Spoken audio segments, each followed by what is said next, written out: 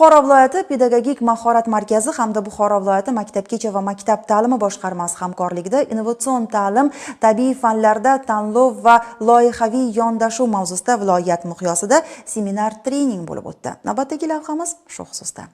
Jondor tumanidagi 32 umumta'lim maktabda innovatsion ta'lim, tabiiy fanlar, tanlov va loyihaviy yondashuv mavzusida viloyat miqyosida seminar-trening bo'lib o'tdi. Tadbir Buxoro viloyati pedagogik mahorat markazi hamda Buxoro viloyati maktabgacha va maktab ta'limi boshqarmasi hamkorligida tashkil etildi. Seminarda viloyatdagi tanlov sinflari tashkil etilgan maktablarda faoliyat yuritayotgan kimyo va biologiya fani o'qituvchilari ishtirok etib, o'z malakalarini oshirish, tajriba almashish va zamonaviy metodik yondashuvlar bilan tanishish imkoniyatiga ega bo'ldilar. O'quvchilarning qiziqishi va qobiliyatlari asosida o'quv jarayonlarini tashkil qilishda eng muhim qadamlardan biri bu tanlov fanlarini o'qitishni joriy qilinishi bo'ldi. Tanlov fanlarini o'qitish 10-sinflardan boshlanib, 11-sinflarda ham davom ettiriladi.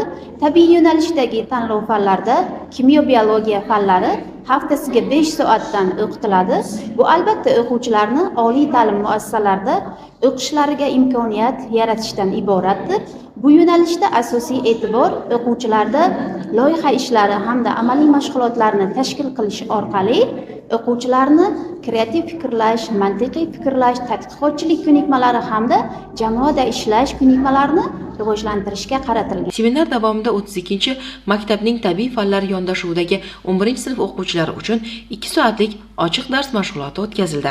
Maktabning tajribali kimyo va biologiya o'qituvchilari tomonidan genetika fanining rivojlanish tarixi mavzularida amaliy va nazariy mashg'ulotlar tashkil etildi. O'qituvchilar dars jarayonida yangi pedagogik texnologiyalar va tanlov sinflari uchun mo'ljallangan metodik yondashuvlarni namoyish etdilar. Tanlov fanlari bo'yicha, kimyo, biologiya yo'nalish bo'yicha viloyat miqyosidagi seminar-trening bugun bizning maktabimizda bo'lib o'tmoqda. Biz bundan juda ham xursandmiz, chunki aynan bizning maktabimiz tanlab olingani bu ham bizning mana shu o'qituvchilarimizni faolligidan dalolat beradi deb o'ylayman. Maktabimizda aynan shu yo'nalishda o'tgan yili bu tanlov sinf tashkil qilingan edi. Mana bu yil o'quvchilarimiz 11-sinfga o'tishdi.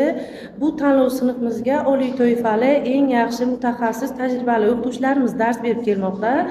300 yillik pedagog sifatida shuni aytamanki, mana shu tanlov sinflarida ta'lim olayotgan o'quvchilarimiz albatta kelajakda o'z o'rinlarini topib, vatan uchun xizmat qiladigan fidoyi insonlar bo'lib, o'z kasbining yetuk mutaxassislari bo'lib yetishadi. Seminar ishtirokchilari uchun Buxoro viloyati pedagogik mahorat markazi metodistlari tomonidan tafakkur makoni, tabiiy fanlar orqali ilmiy izlanish sari mavzusidagi amaliy trening mashg'uloti hamda